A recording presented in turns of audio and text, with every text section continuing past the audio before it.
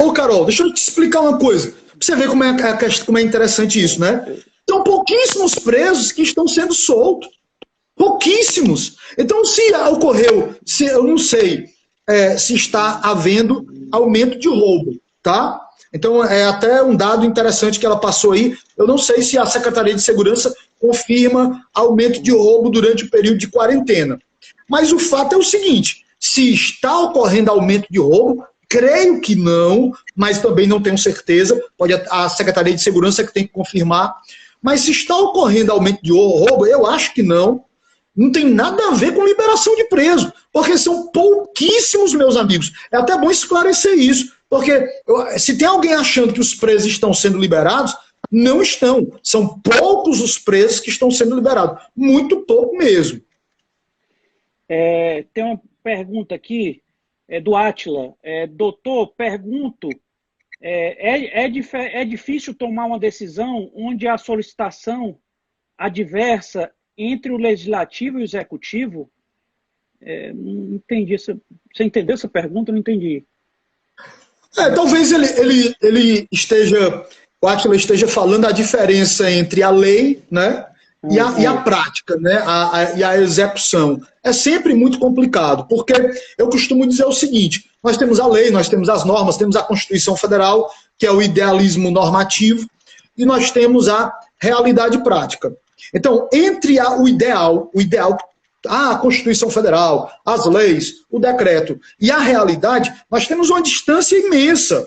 Por isso que eu defendo muita cautela, muito equilíbrio, inclusive da polícia, inclusive de todas as autoridades públicas, nesse momento de tensionamento da sociedade. Vai ter gente que vai burlar, que vai quebrar a quarentena pelos mais diversos motivos. Vai ter gente que vai quebrar a quarentena porque o cara não aguenta mais, está estressado dentro de casa. Vai ter gente que vai quebrar a quarentena porque ele diz assim, meu amigo, é o seguinte, entre morrer de fome em casa e ali vender pipoca, eu vou vender minha pipoca, não quero nem saber.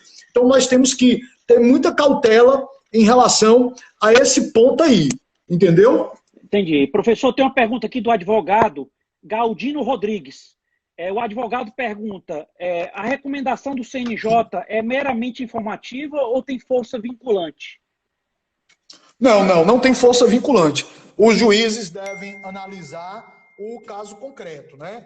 Ou seja, aquela questão, cada caso deve ser analisado dentro dos parâmetros dados na recomendação. Mas não é como, por exemplo, uma súmula vinculante, né? Fazendo a comparação. Só pegando o carregador aqui, porque o celular tá descarregando aqui. Então, excelente a pergunta do Galdino, né? Do advogado, querido amigo Galdino. Pronto.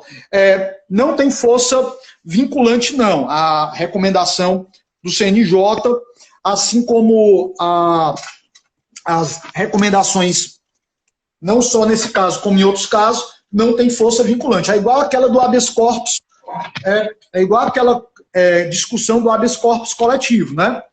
No caso das mulheres presas que têm filhos menores de 12 anos, é raciocínio muito parecido. Por exemplo, aí você vai, o juiz, todas as mulheres que têm filhos menores de 12 anos obrigatoriamente vão receber a liberdade, obrigatoriamente? Não.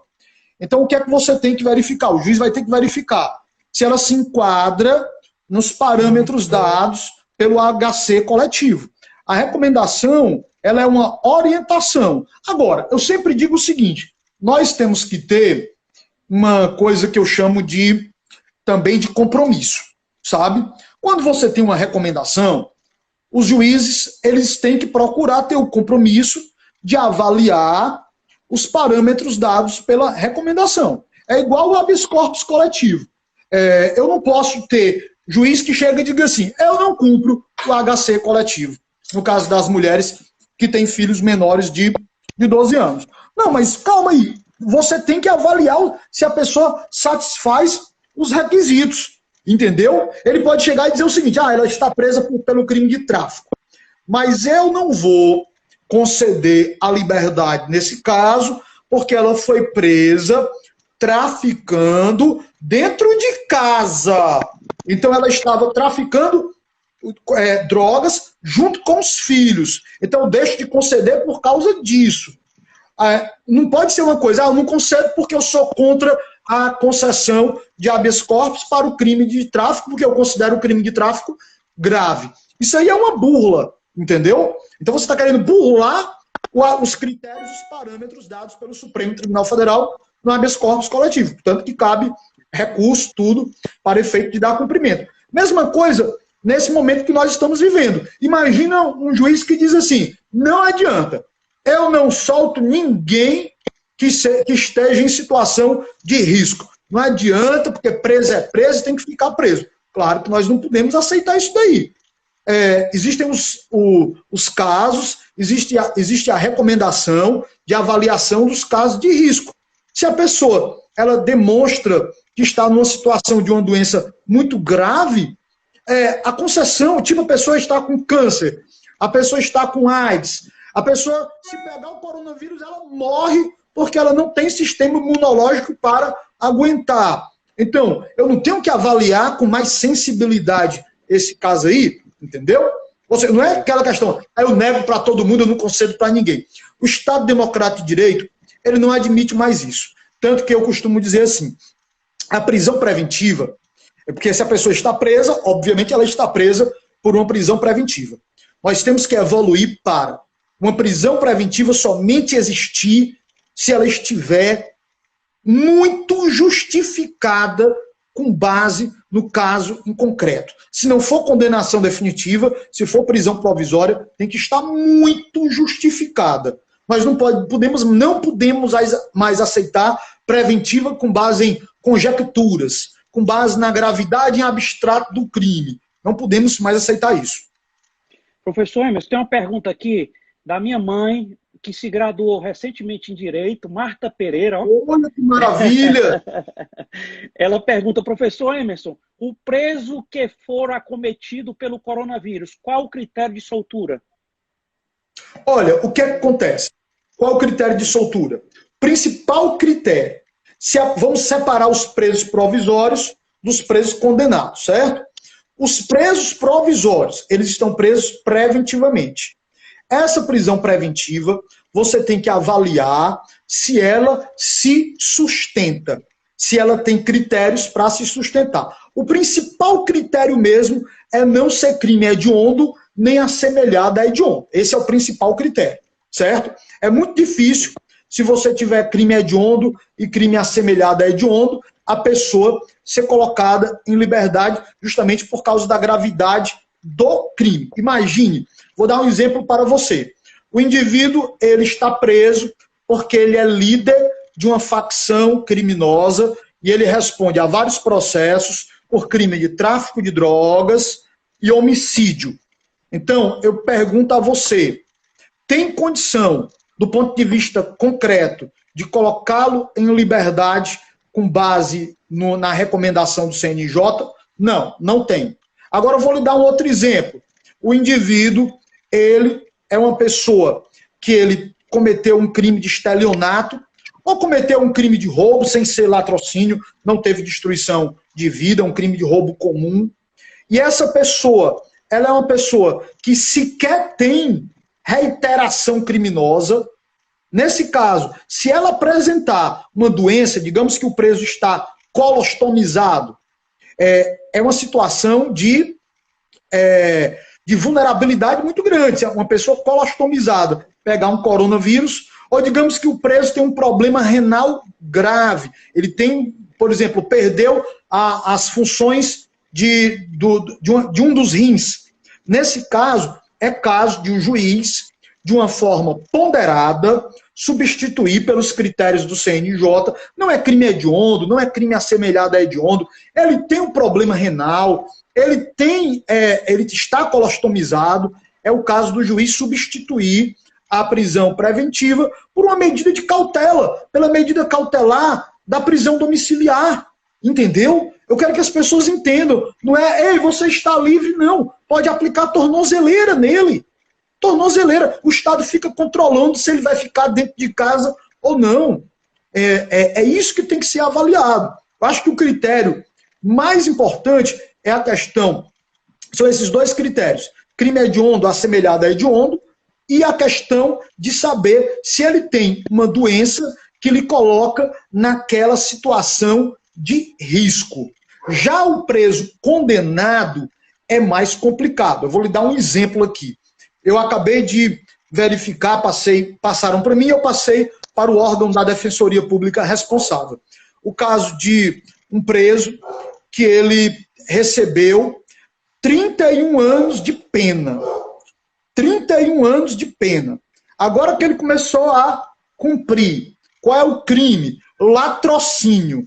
É muito, mas ele tem problemas respiratórios. Inclusive a família dele tem documentos que provam que ele tem asma, problemas respiratórios.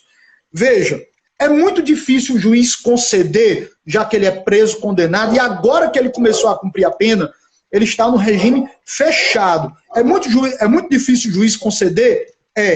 Normalmente o magistrado só vai conceder se, como é um crime hediondo, e agora que ele começou a cumprir a pena, só vai conceder se provar que realmente a situação dele é de altíssimo risco, gravíssimo, gravíssima, gravíssima, gravíssima, e que sequer ele tem condição de permanecer com vida dentro do presídio, entendeu? Mas eu acho que esse é o principal critério. Para preso provisório, por que eu separo?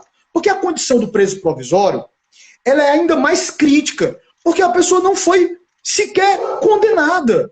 Então, para o preso provisório, eu sou a favor de uma solução. Eu sei que é difícil ter essa conscientização, mas como a pessoa não foi julgada ainda, em relação aos presos provisórios, eu acho que todos aqueles que estão doentes, que geram uma baixa na sua imunidade, deveriam, se não for crime hediondo e nem assemelhado a hediondo, deveriam ser colocados em prisão domiciliar ou em monitoramento eletrônico. Entendeu? A minha posição, é como eu vejo. Doutor Emerson, nós ainda temos algumas perguntas aqui, mas eu estou preocupado com o seu horário aí, que o senhor tem um Não, mas pode... serviço, né? Pode não, continuar? meu amigo, mas pode... Vamos continuar. Vamos lá. Professor, o que a Defensoria está realizando em tempo de pandemia em favor dos presos provisórios e os que estão no semiaberto? Novamente o advogado Galdino. Galdino, aí nós estamos, tanto o NUDEP, que é o Núcleo de Defesa, o Núcleo da Execução Penal, como o NUAP, que é o Núcleo de Assistência aos Presos Provisórios, nós estamos avaliando os casos de todos os presos que são assistidos pela Defensoria Pública e aqueles presos também que nós notamos que já faz muito tempo que, por exemplo, eles não têm contato, eventualmente, com o colega advogado particular, a gente está procurando entrar em contato, tudo, para fazer esse meio de campo aí. O que é que, principalmente, nós estamos fazendo? Avaliando os casos de risco e os idosos. Então, nós estamos fazendo um pente fino, tanto nos presídios masculinos como nos presídios femininos, em relação a grupos de risco e idosos. Pessoas com AIDS, pessoas com câncer, pessoas com problemas respiratórios, pessoas com problemas renais e as pessoas idosas. É claro, se você me perguntar, mas nós estamos também fazendo pedidos em relação à liberdade para pessoas que estão fora do grupo de risco, normalmente, com certeza.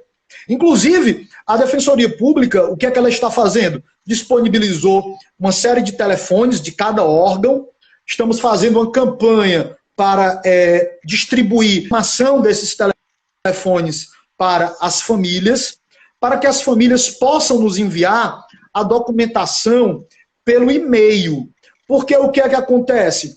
Como agora está sem atendimento pessoal aos familiares, salvo os casos de urgência, por exemplo, saúde, né, Núcleo de Defesa da Saúde, está tendo atendimento ainda ao público, mas restringiu bastante, digamos assim, um atendimento geral.